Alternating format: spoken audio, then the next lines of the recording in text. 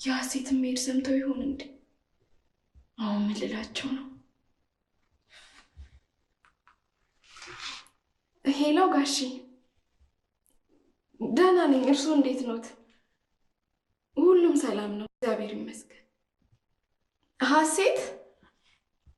አዎ፣ ከኪራ ጋር አልተስማሙም፣ ሄደች እኮ። እንዴ ጋሺ፣ እኔ ነኝ ኪራን መደሰት የማልፈልገው? ግን በቃ ከዚህ በላይ ከተቀራረቡ የእሱን ደስታ መንፈግ ነው የሚሆነው። አሁን ግን የኪራንና የሐሴትን መቀራረብ ከማይፈልጉ ሰዎች ጎራ ልሆን ነው። አዎ። ከማን ጋር ነው ስታወራኝ ነበር? ከማንም ከእንትና ከጓደኞቼ። እውነቱን ንገረኝ። ኪራና ጽናት ተፋጠጡ። ጽናት ከማን ጋር ነው ስልክ የምታወሪው ብሎ ቢጠይቃት መመለስ አልቻለችም። በጣም ደንግጣ ስለነበረ ፈጣ ቀረች። ኪራ ደግሞ ከማን ጋር ነው የምታወሪው ብሎ ጠይቃት።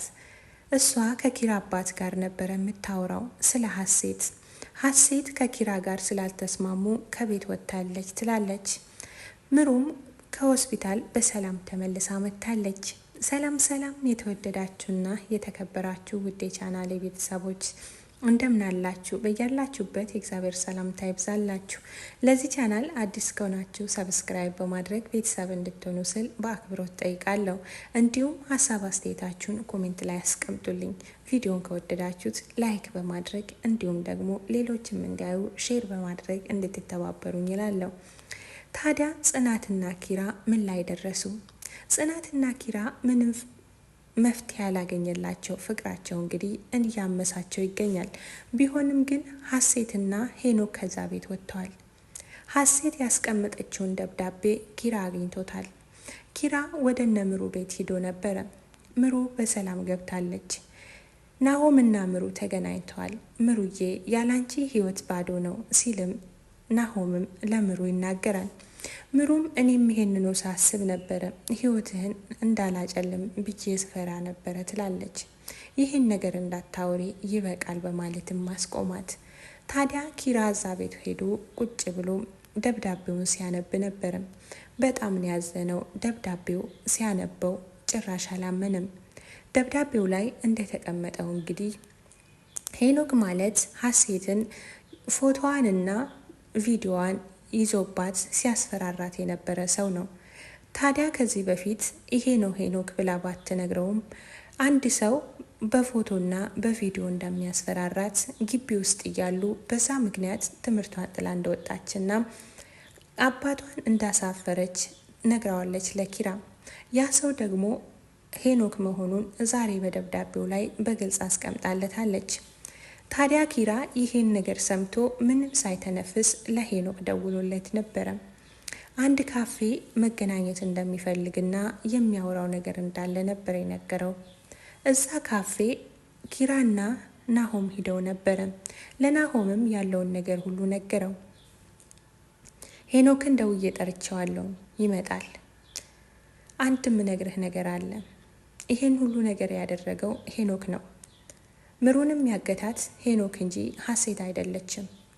ምክንያቱም የሐሴት ፎቶና ቪዲዮ እጁ ላይ ስላለ በዛ ሲያስፈራራት ነበረ። ጽናትንም ወደ ካፌ ወስደው ሐሴት ውሃዋ ላይ መድኃኒት እንድትጨምር ያደረገ ሄኖክ ነው።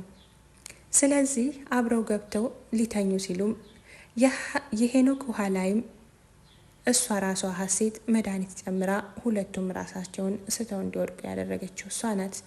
ታዲያ ከዚህ ሁሉ እጅ አለበት ብሎ ለናሆም ይነግራል። ናሆም ይህን ነገር ጭራሽ አላመነም። ይህን ነገር ሁሉ እያወቀች ምሩ እንዴት ዋሸችኝ? ምንም አልተናገረችም እኮ ይላል። ነገሩ እንዲህ ነው፣ ሄኖክ ይምጣና ሁሉንም ነገር ጠይቀዋለሁ ይላል። ታዲያ ሄኖክ ሲመጣም የመጀመሪያ ስራው የሆነው ኪራ ሄኖክን መደብደብ ነበር። ሄኖክን ደብድቦት ወደ ቤት ተመለሱ።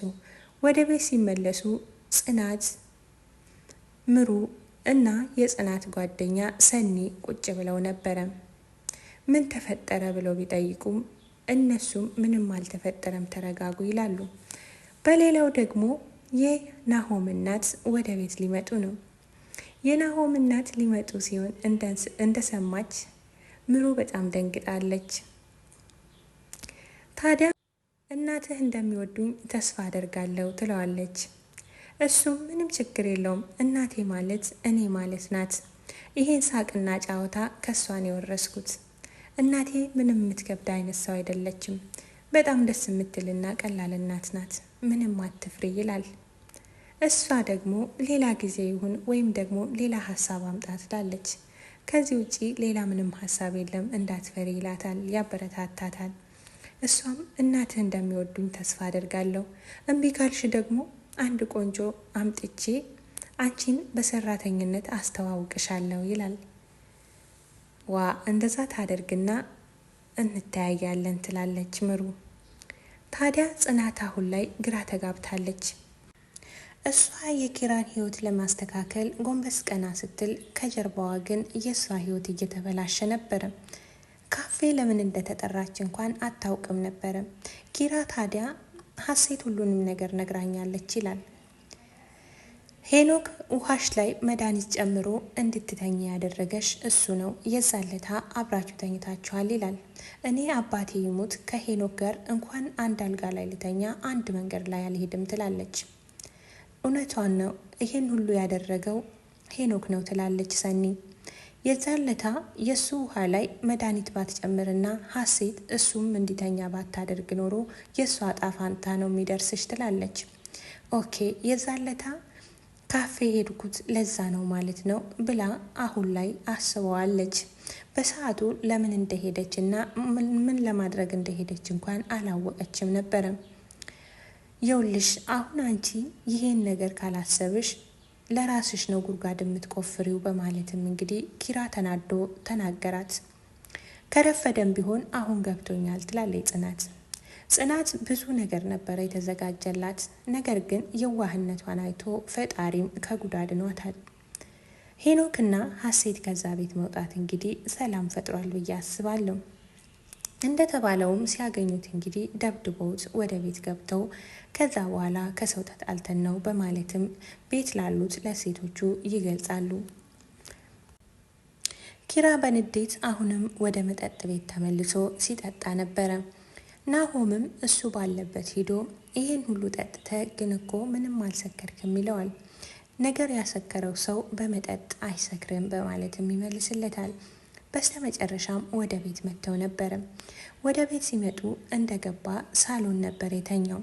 ጽናት ታዲያ እኔ ከሰከርኩ ሳሎን መተሽ እንዳትረብሽኝ ብሎ አስጠንቅቋት ስለነበረ ምንም አላደረገችም። ልብስም ሳይለብስ እዛው ሳሎን አደረ።